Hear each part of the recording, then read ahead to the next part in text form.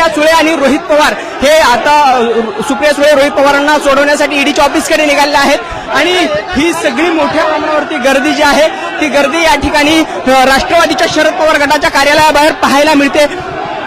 कार्यकर्ते मोठ्या प्रमाणावरती या ठिकाणी जमा झाल्याचं सुद्धा आपल्याला पाहायला मिळते।